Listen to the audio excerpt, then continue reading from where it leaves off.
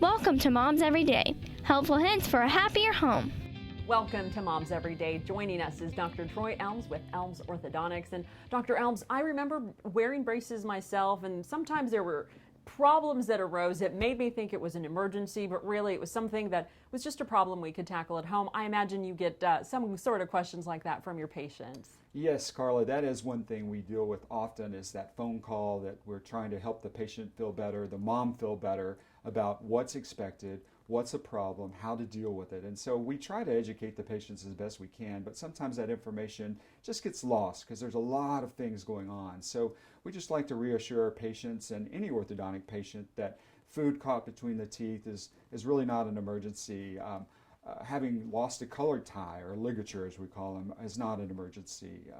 Things that can be problematic, of course, are poking wires, and some of those can be dealt with some discomfort wax. A loose brace. A loose brace can be considered somewhat emergent, but the best thing to do is call the office, because some of those can be just postponed if the patient's appointments are coming up close.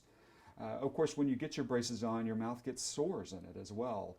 And so those are not emergencies, but can be handled with wax. Unless they're a very large sore, then you definitely need to be seen by your orthodontist.